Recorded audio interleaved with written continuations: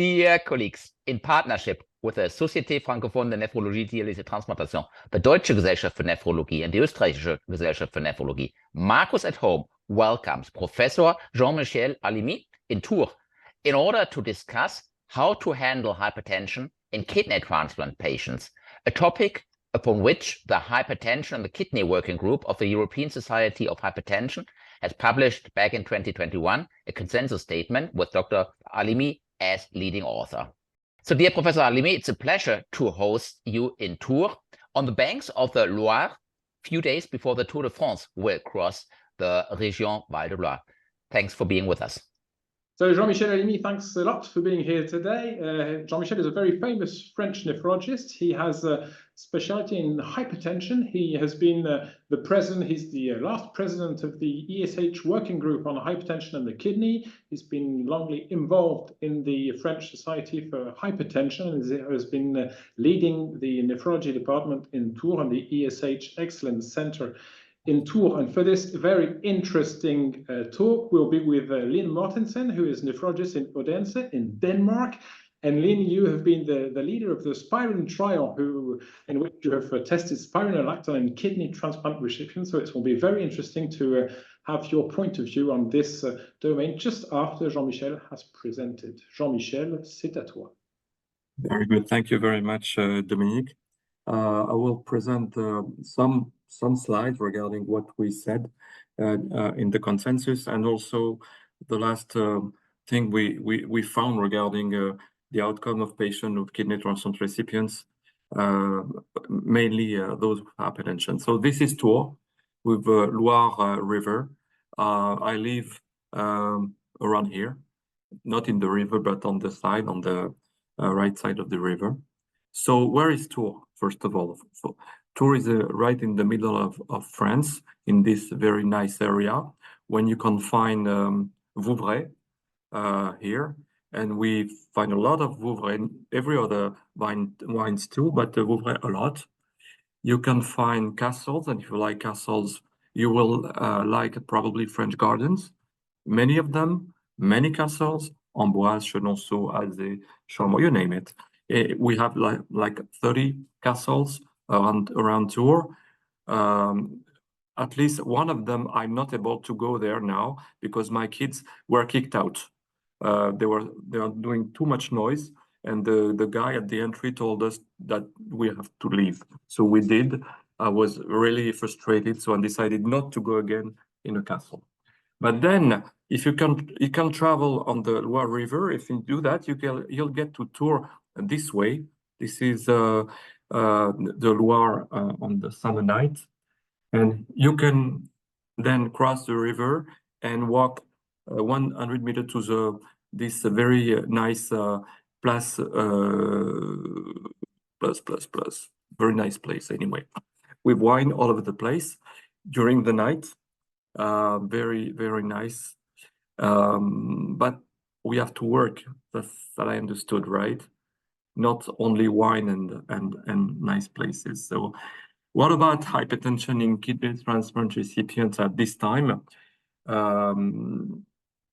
The first thing is that those people, the physicians involved in the care of patients with kidney transplantation, their main focus is acute rejection, chronic rejection, anti-donor antibody and DSA, BAF classification, immunosuppressive medication, cyanide toxicity, bull tox, toolbox, excuse me, from Lupi. But hypertension is not the main subject for these physicians, and this is very unfortunate. In 2017, I published that the number of communication regarding hypertension in the main international meetings. So in Europe, Brussels, 0, USA, Chicago, ATC, 3, Madrid, ERA, 7, USA, ESN, 1. Hypertension meeting in Europe, so Milano, 2, USA, New York, ESH, 0. So this is the situation in this field. I don't think this has changed a lot since. But at this time, I was very naive. I thought that maybe if we can write something this will change. Obviously, it didn't change anything, but we were able to write what we call the consensus document regarding what we should do and what we should know about hypertension in these patients. It was based on 3 systematic reviews. So first of all, what are the consequences of hypertension in kidney transplantation? We know that for a long time. Opels, a long time ago already, and he did the same thing a few months ago again with exactly the same data, but longer follow-up, but the same, virtually the same data. That hypertension at 1 year is associated with lower graft survival in renal transplantation, and the higher the blood pressure, the lower the survival. It was true 30 years ago. It was true 10 years ago. This is all true now, probably. The second point was the pathophysiology of hypertension in kidney transplantation and the factors affecting blood pressure before transplantation or related to the procedure or after transplantation. So we said before transplantation, we know that there is an increased sympathetic afferent renal nerve signaling for native kidneys. Okay. Maybe it's important, maybe it's not, but we know that exists. During the procedure or just after, we know we can have a fluid overload, increased body weight.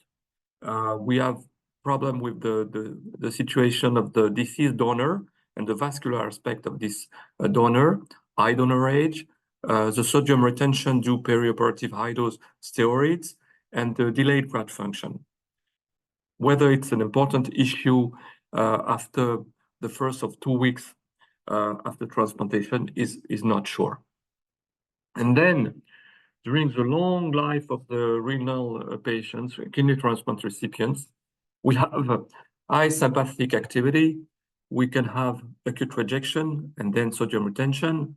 We have the medication, CNI, steroids. We can have TMA in some patients, and we published a few data about that. We can have CNI-associated nephrotoxicity, renal artery stenosis in some patients, and most of these situations are not that important, but one is important, is the chronic allograft nephropathy. So what about the latest guideline, at least in 2021? Where the latest guideline regarding the use of ambulatory blood pressure monitoring in this situation, in this population? Almost nothing. KDIGO, ERBP, ESH, again, you name it. No formal targets, usually. No use of systematic use of ambulatory blood pressure advocated. This is very unfortunate.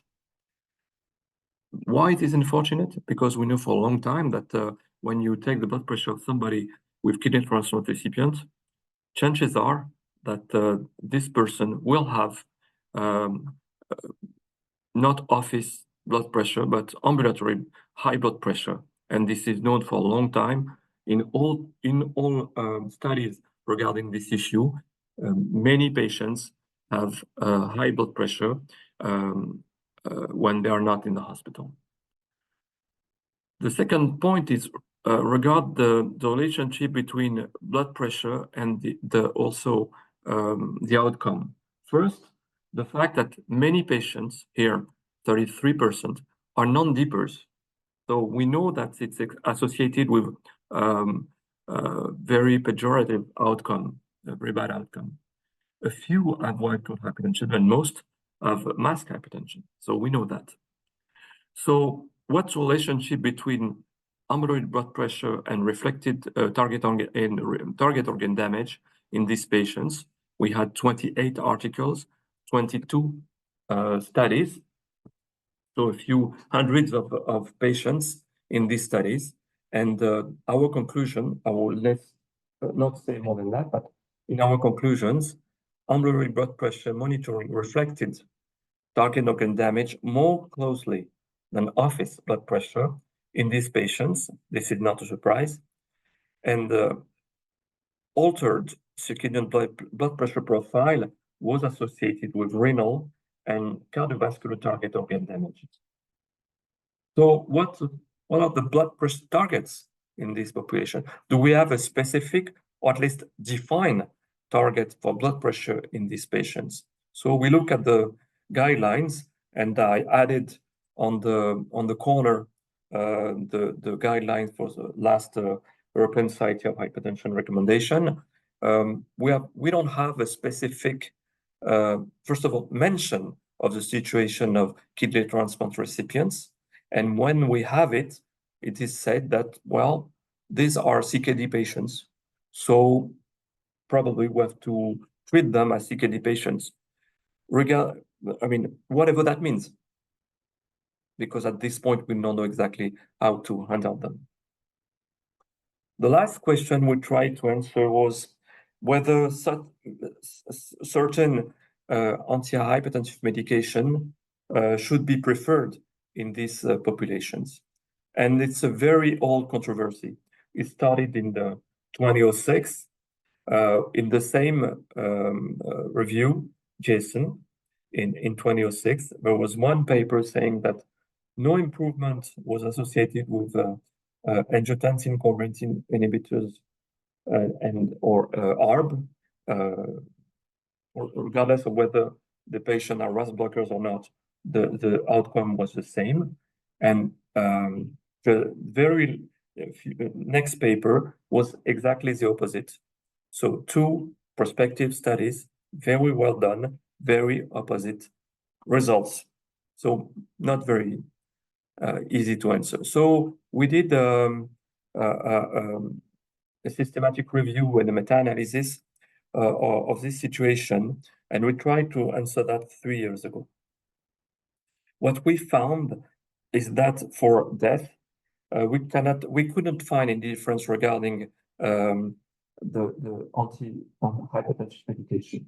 Calcium channel blockers, ACE inhibitors, ARBs, no difference for death. For graft loss, it was said, I don't know if this is true, but this is what we found in this systematic review, that calcium channel blockers, ACE inhibitors, were associated with a better graft survival. For rejection, obviously no difference, and cardiovascular events, also no rejection. And finally, well, all of them could reduce blood pressure, and this is very fortunate because that's their job. But we couldn't find any difference according to the class used. For proteinuria, probably ACE inhibitors were better, but potassium was increased with ACE inhibitors.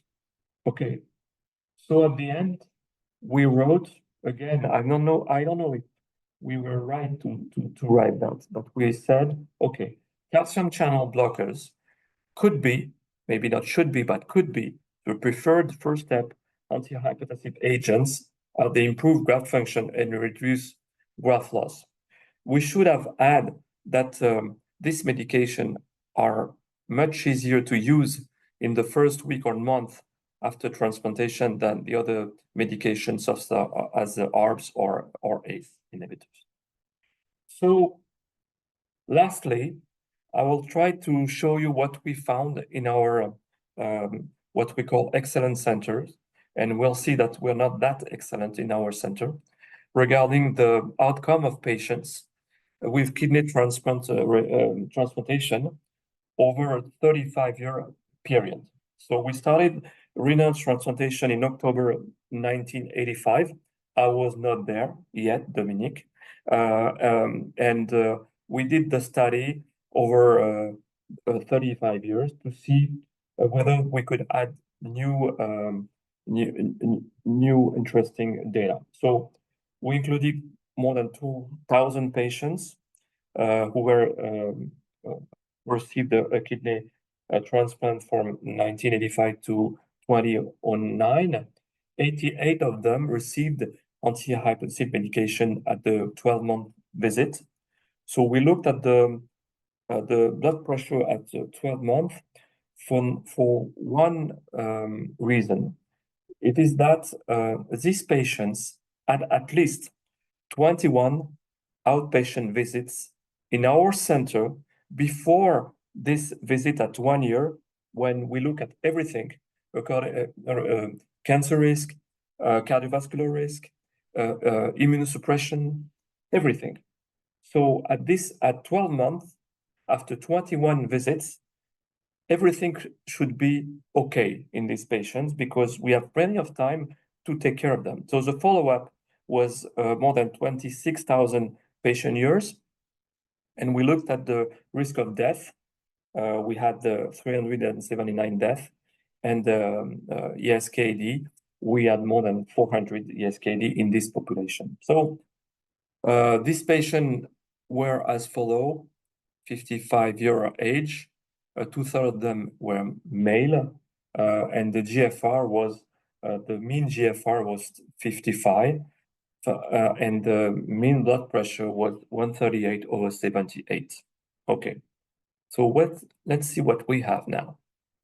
First of all, we noticed that the guidelines regarding blood pressure control varied during the period from 1985 to 2019. So we decided to compare the blood pressure control according to how is defined the blood pressure control, whether it's 120/80, 130/80, or 140/90.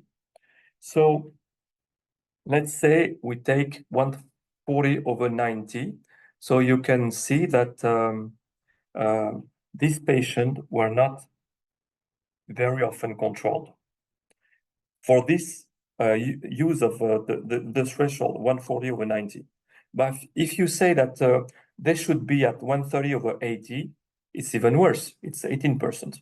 And it's 120/80, it's 8%. And we have to remember that most of the patients have masked hypertension, not white coat hypertension. So the situation is probably worse than that. And we are what we call an excellence center. So very, very good. So then we said, okay, what's the blood pressure control according to salt intake? As we have the 24-hour urine natriuresis of all these patients, not all of them, 800 of them, we looked at the relationship between sodium intake below or above 2 grams of sodium, not sodium chloride, sodium. So it's like 4 grams of sodium chloride, whether the blood pressure control would be different. Again, we cannot see any difference, nothing. We looked at the situation, what we call therapeutic inertia, meaning that physicians see the patient, they see the problem, they don't act, they don't do anything. So among patients with apparent resistant hypertension, regardless of the threshold you use, 65% of them do not have 3 antihypertensive medication or more. So no wonder why they are not controlled. Second, when you take only the patient with proteinuria, 50% don't have a RAS blocker. In all Congress, we spend our time saying that they have to have a RAS blocker. They don't have it. And when nephrologists, so they're, the best. And the worst part, I think, is we looked at whether they had a change in management during this time from 1985 to 2019. Well, nothing changed. Nothing changed, probably because most of the physicians were the same, or most of them, I don't know. But the situation is pretty stable. Then we looked at the situation of patients with at least 3 or more antihypertensive medications. And we separated them according to whether they had what we call optimal treatment versus non-optimal treatment. Maybe you remember in 2018, the guideline was that the optimal treatment when we have 3 medications would be RAS blockers, diuretic, and calcium channel blockers. So I look at the blood pressure control in this situation. And again, you don't see anything different. This is the same thing. So I don't see why we spend so much time saying that we have to do that, there is no difference. Then I look at something much more important, which is the risk of death, all-cause death, according to the blood pressure at 12 months. According to the different threshold we define, 120/80, 130/80, and 140/90. So you have three groups: normotensive, true normotensive, they don't have any medication, and the blood pressure is okay. Controlled blood pressure and uncontrolled blood pressure despite antihypertensive medications. And during the 30-year or 35 years follow-up, you see there is a difference. The difference is significant in univariate analysis, and even not even after multiple adjustments. So blood pressure, high blood pressure, regardless of how you define high blood pressure, is a significant risk of death.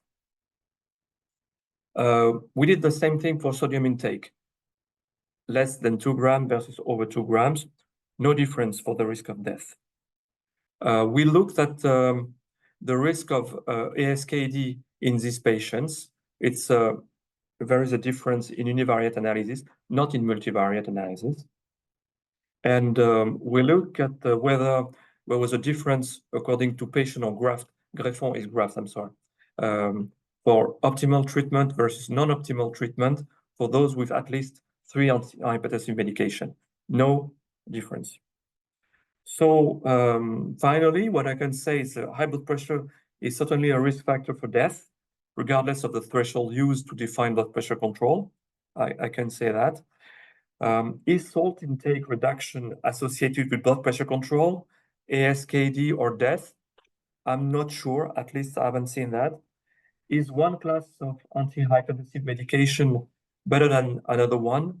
I'm not sure of that. Maybe you have data regarding spironolactone or finerenone or any other one, but at this time, I'm not really convinced. And now it's probably time, first of all, to use guidelines and to implement them, and to preferentially use home blood pressure or ambulatory blood pressure monitoring, which we don't use enough. Treat patients with SGLT2 inhibitors. I don't have time to talk about it. And maybe GLP-1 receptor agonist. And this is my final slide. I know we're going to have the Tour de France at the end, but we'll also have a very difficult situation in France now, with the very difficult, tough choices to make for the nation. We have also very bad thing that we have in mind.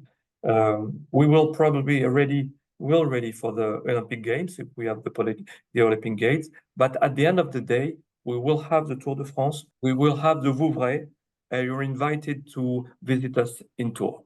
Thank you. Thank you, Jean-Michel. I don't know if I am depressed because of this, because of the low quality evidence-based medicine in kidney transplantation, or if I'm excited because we have so much to do in this field. Anyway, exactly. I know we have much to discuss about, so we'll start the discussion with Aas Mortensen.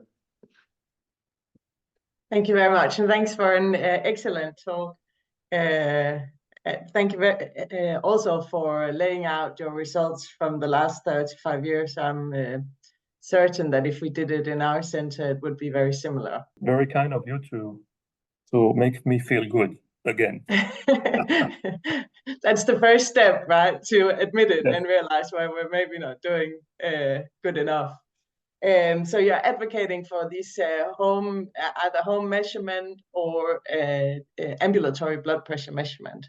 What's your recommendation? How often would you need to do an ambulatory blood pressure, or is it a one-off? Or no, I would do the same thing for the kidney transplant recipients as I do for the other patients I take care of, meaning that we use ambulatory blood pressure once in a while for patients with hypertension, and we use home blood pressure very often. just to be sure that the patients are really controlled. So I would do the same thing with exactly the same philosophy, but at least in my center, I was not able to implement it. And then what would you do then if you have a patient with a very high home blood pressure measurement, but fairly low office blood pressure? So definition of masked hypertension. Would you treat the home blood pressure, or would you be scared to make them too hypotensive? In fact, when I have this situation with home blood pressure, I try to have an ambulatory blood pressure monitoring just to be sure that there is not a stress associated with blood pressure measurement in the patient. With some patients, I really have a stress when they do the blood pressure monitoring. So with ambulatory blood pressure, if I find the same thing, I treat them. Yes. Yeah. Yeah. I don't care about the situation in my outpatient setting, except in the situation when they have low blood pressure when they get up, orthostatic hypotension. This is a different story. Yeah, so symptomatic. Yes. Yeah. Even asymptomatic, even symptomatic or asymptomatic hypotension, when they get up, I think there is something wrong with that. It's associated with a cognitive impairment, with falls, and so I'm pretty hesitant. Do you have a lower limit for how low you will go in the blood pressure? 120 for systolic blood pressure. Yeah. Okay. Yes, I consider that it's already very good. And before trying to have a even better or lower blood pressure, I would try to improve other cardiovascular factors involved, such as smoking, LDL, and so forth. Yeah. I was thinking also about the dipping. It's quite significant numbers of non-dipping in our population. Yeah. Have you got any thoughts on is there any way to improve the dipping? And has there been any indications that would improve the cardiovascular outcomes then? Well, we know that you're right. We know that there is a strong association between non-dipping blood pressure and cardiovascular events and death. But I don't think we have seen a trial targeting only, the high blood pressure during night. I don't think we have that. But even if we don't have that, I tend to try, low dose short-term calcium channel blockers, in the evening in this situation with very poor scientific background to support it. Yeah, I guess it gives some value to just be aware of Yes. the risk as well, I suppose. Yeah. Yeah, I share your view. Yeah. Regarding the choice of agents, so I heard you're advocating to use calcium channel blockers at least in the early phases, or would you differentiate between the proteinuric patients and non-proteinuric patients, and what drug you use as the first choice? Well, I tried during the last for the last guideline, not the guideline before in 2018, to make them right that proteinuric patients should have RAS blockers in CKD. I did not succeed, but in 2023, I think it's more clear in the European guidelines. I hope at least. So yes, we have to use these medications. And regarding the classes, I always thought that MRAs would have a strong interest in kidney transplant recipient, not only because they lower blood pressure, not only because they reduce fibrosis in many models, but also because they increase the Tregs. And when we're in the business of kidney transplantation, you like to think that also you have kind of action in immunology. And we know, for example, that spironolactone increases Tregs in patients and in animals too. First in animals, but in patients too. So I thought that maybe it would be a good idea. We tried to do it in France in our center, but the head of the transplantation unit told us that we were crazy to even think about it. So it stopped right away. Okay, I think we're probably crazy then. Yes, I know. You were right to try. Yeah. At least the theoretically there was many different aspects of how it could be beneficial, but Absolutely. it's not always easy to. And that's another thing with these hypertension issues in kidney transplant patients.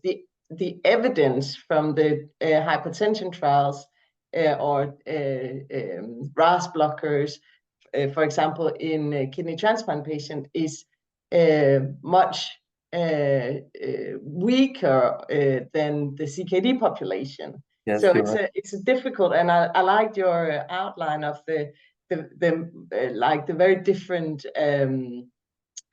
genesis of hypertension in kidney transplant patients. Whether that's part of the explanation, it's not as easy to show significant results. Yes, I agree. I totally agree. If I can go a bit further, what would be your dream RCT to show that one class would be better than another? Because the outcome is not easy. If you're going to show an outcome on kidney function, this does not work in the middle-sized studies in CKD patients. So I don't know if it will work in kidney transplant recipients, apart from the hemodynamic effect, which is not something very interesting. Or will you look on other outcomes? I mean, of course, not just on blood pressure control, but if you have to have a composite outcome on cardiovascular events, etc., it's also a big population. What would be your dream RCT? Imagine the PHRC, the French program, can give you 2 million euros. What would you do to show benefits? Well, if they give me 2 million euros, I stop nephrology and I go to the Club Méditerranée for a while. But to be serious, I think we should do the same thing that the other did in the non-kidney transplantation field, meaning that we have to have 3,000 patients followed up for 3 to 4 years, and then we'll see. And the outcome will be a combination of ESKD or change in GFR, diminution of GFR at least 50%, and cardiovascular events, exactly the same ones. But I'm not sure that I will see that. First of all, because it's a tremendous number of patients who have in a trial.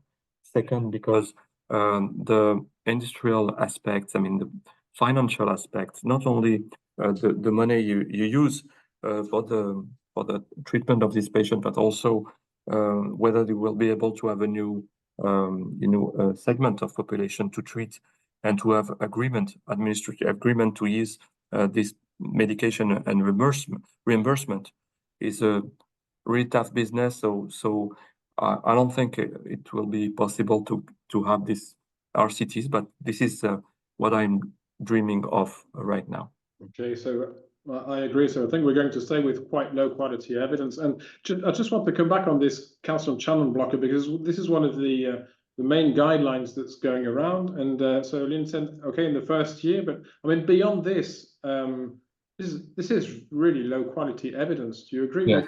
I mean, it is a problem because people just remember this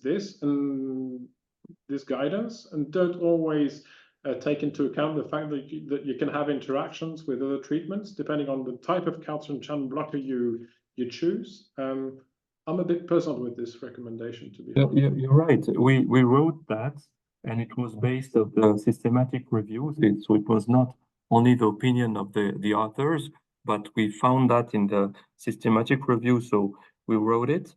But even if we wrote that, I'm not sure. We are right. I'm not sure about that. I think my point of view is, first of all, lower blood pressure. Be sure that the blood pressure is really lowered, not only at the outpatient visit, but at home. And then we can discuss the kind of medication you're going to use. And at this point, we don't have any high quality data to choose among the different classes of medication, except for those with proteinuria or heart diseases. That we can say something. For the other medications, it's pretty dramatic, not only because we don't have any data, but because those implicated with renal transplantation don't have any profound knowledge of the pharmacology of the antihypertensive medication and cardiovascular drugs for most of them. And since the training of the residents and the medical students tend to be excellent, of course, in France, absolutely excellent, but still probably do not meet the needs. I'm not very convinced that this will change, at least during the 21st century.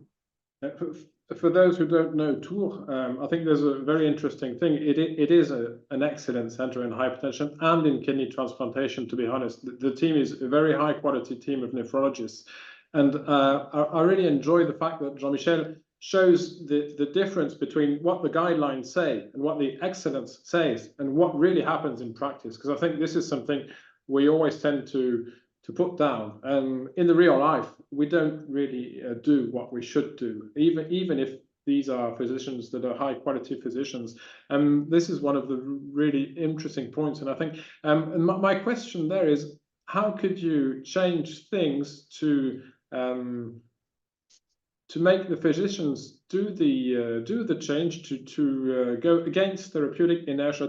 I was thinking about setting one consult, maybe the 12-month consult, where there is a clear objective to change the blood pressure treatment. Because when you see the kidney transplant patients every 3, 6, 12 months, I don't know, depending on the time of the allograft implantation, then this is never the first problem. It's always the end of the consult. So it has to be a goal. Otherwise, it really depends on the physician. I don't know how we could change this. We did that, and we started that last year, in fact. So we're on the same line. We did that last year, and we started a dedicated visit at 4 months, not focused on the immunosuppression or the GFR or proteinuria or anything, but the cardiovascular situation of the patient, whether they had the home blood pressure results or not, whether they had the right medication, whether they had aspirin for them who should have that, or statins, for example. So we did that. I think that's an improvement for these patients. The second thing I have in mind is the fact that physicians should not be implicated in blood pressure management. The worst person to take care of patients is the physician, I think. We should have only nurses and technicians or pharmacists, because pharmacists, you tell them, okay, the blood pressure should be lower than 130. Otherwise, you have to use this medication at this dose. They do it. The physician is smarter. He thinks he's smarter. So he's so smart so that he finds so many explanations for the situation he doesn't like, so that at the end of the day, nothing changes. So we have to stop seeing patients. Well, this is my opinion. I quite agree with this. And our experience is that having a nurse working on blood pressure control is a very efficient. Much better. I've been having this for 2 years, and it really helps. Not in kidney transplant patients, but in hypertension patients. And well, we do it now for telemonitoring, and it works just fine. Much better than what we do on the daily basis. And do you know whether there is measurements of compliance to the treatment in kidney transplant recipients, whether it's better or worse than in other patients? Because this could also be a field. I don't know. I think Michel Burnier did it at one point, and in Nantes they did it. They did it too. So it was a long time ago. I don't remember the results.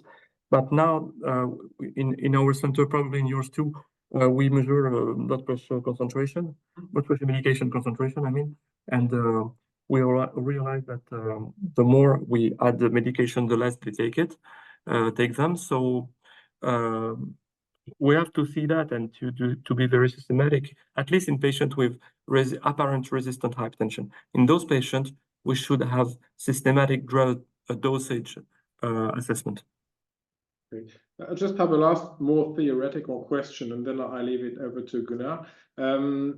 It's about renal denervation, because kidney transplantation is a model of renal denervation, but you still have the native kidneys that are there.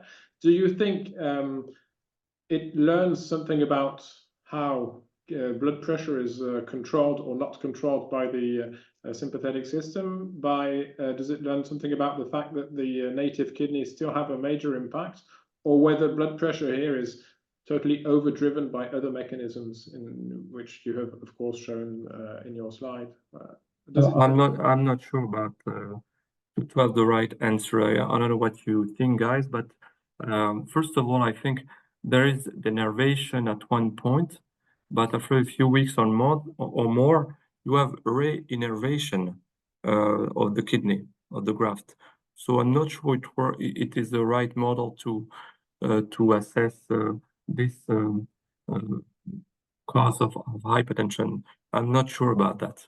Okay. Thank you.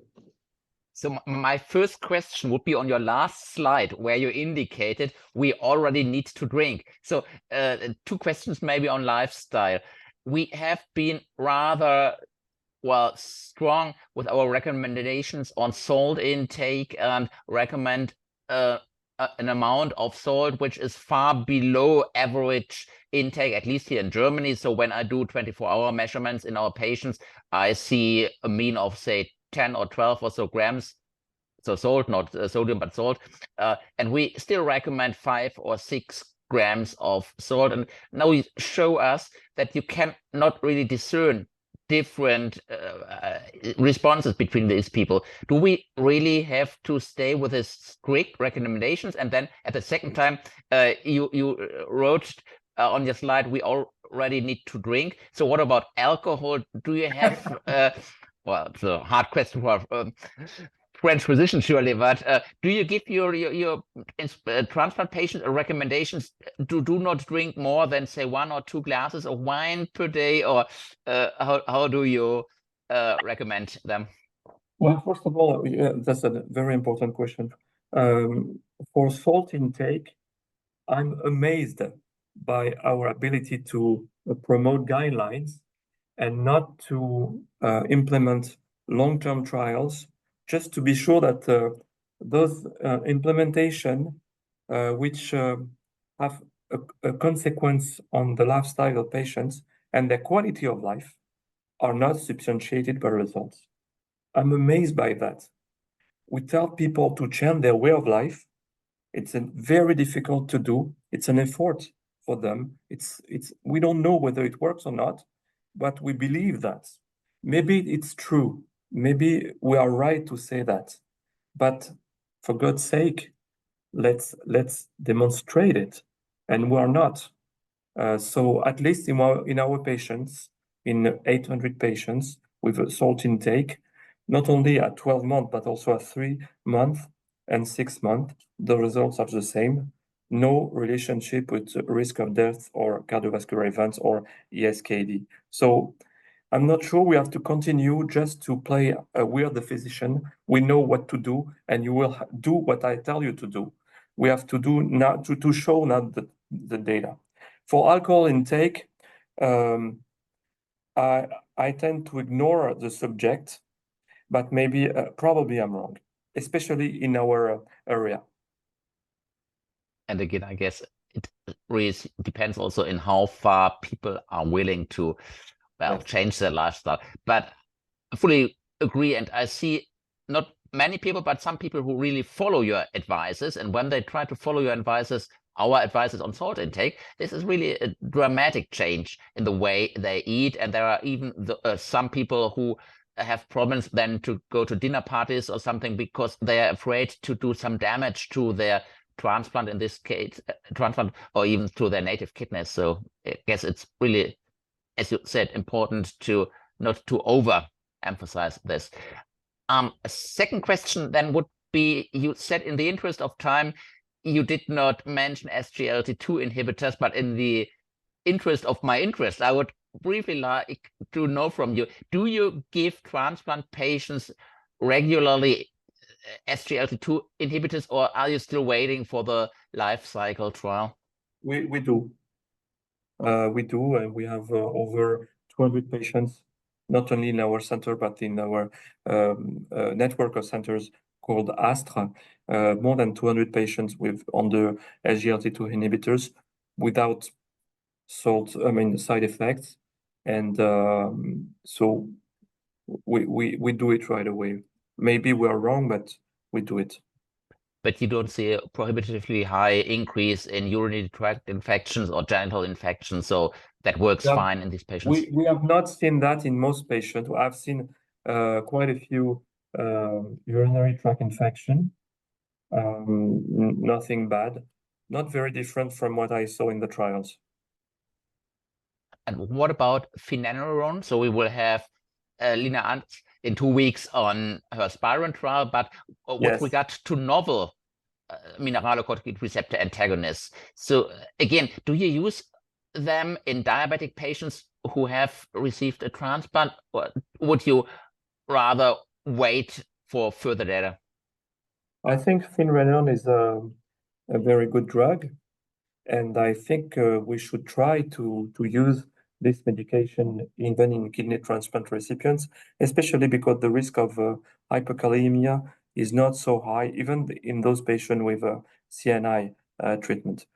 But in France, so we're the best, so we don't have finerenone in France, and we're not ready to have it for now, at least. We don't have it. It's not marketed in France. For nobody? No, we don't have finerenone in France. Didn't know that, actually. No. So it's very sad, but that's the way it is. Okay, all right. With regard to calcium channel blockers, so they are not all equal, surely, and Dominique already alluded to interactions.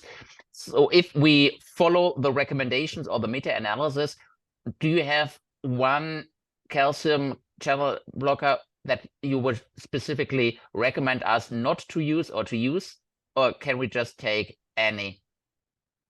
We tend to use those with improved cardiovascular outcome in patients with CKD or hypertensive hypertension, I mean, outside the field of kidney transplantation. So we use basically amlodipine. We tend to avoid diltiazem or verapamil, and we look at their interaction with other medications. Even amlodipine has some small interactions, but all of them have got some kind of interaction with some other medications, including CNI. But we mainly, at least in Tours, and I guess all over the world, the most used is probably amlodipine, I guess.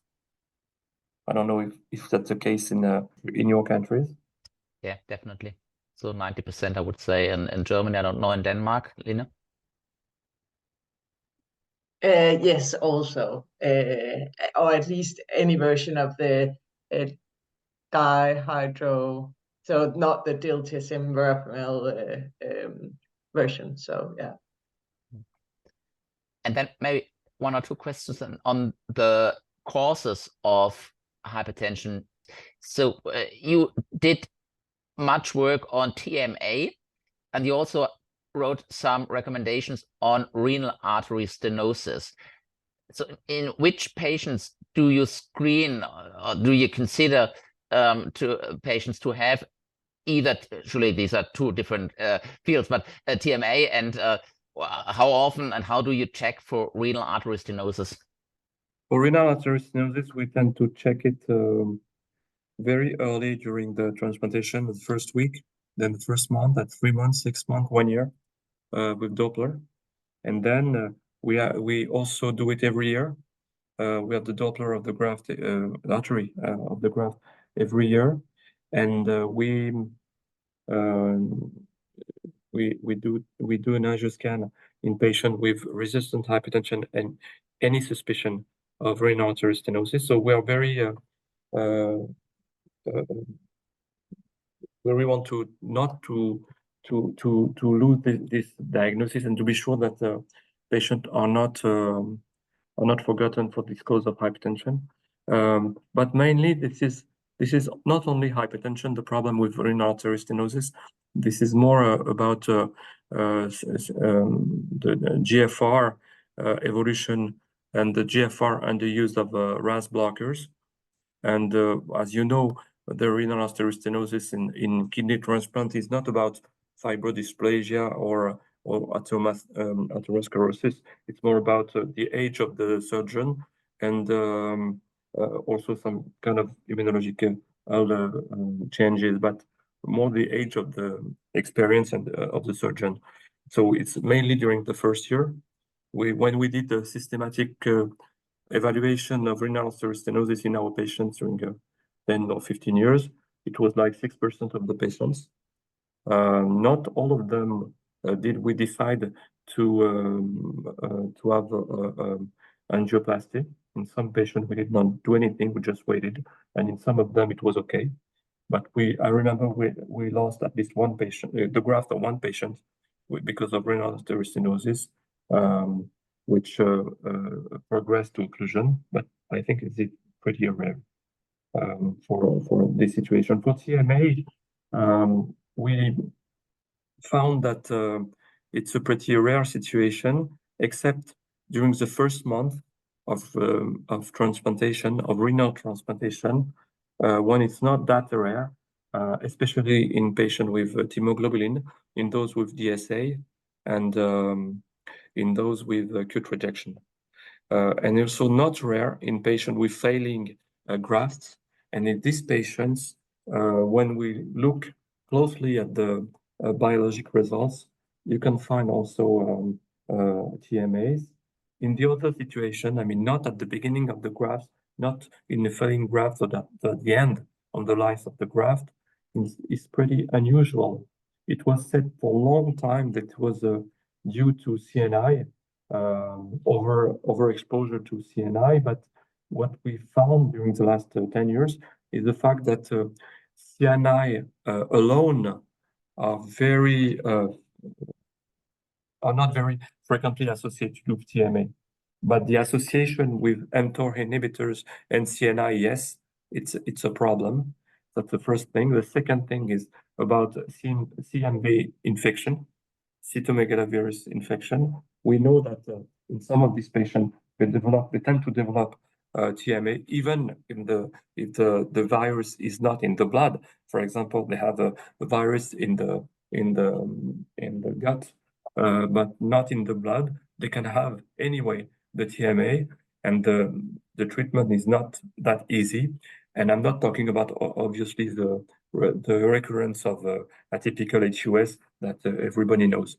In some acute humoral rejection, we also have TMA. So we tend to suspect TMA in patients with failing kidneys, with acute kidney injury in these patients, and in those with anemia and thrombocytopenia, and we don't know exactly why. But it's not, the diagnosis is not very easy, especially because some patients have renal limited TMA, especially associated with DSA. So if you don't do the biopsy, you don't see it.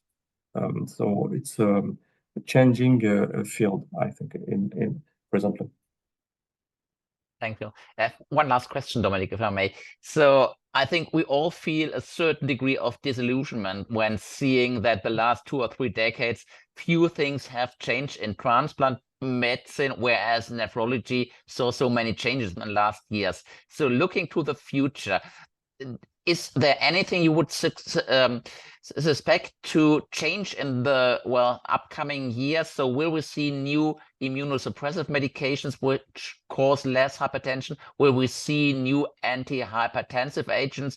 I'm quite sure, I think nobody of us considers to use small interfering RNAs in these patients, like Siliberius or something. But is there any optimistic outlook for the upcoming years? First of all, I think we can control blood pressure in most patients, even in kidney transplantation. If patients are not controlled, for most of them, it means that we don't try to do it. In at least 85 to 90% of them, they are not controlled because we don't take care of them the way we should. That's my main point. The second point is that if you have nurses, pharmacists, telemonitoring, I think it will help a lot. And for new medications, I think we have a new wave now of medication that could prove interesting in kidney transplant recipients. Anti-endothelin medication, Bactrosta, spironolactone, aldosterone synthase inhibitor, for example. Finerenone, I don't know about that.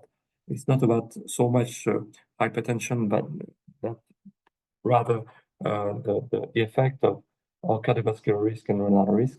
So we'll have many other medication and pathways to use and to try in renal transplantation. But at the end of the day, it's not so much what kind of medication you use, but whether you're really convinced that this is an important issue.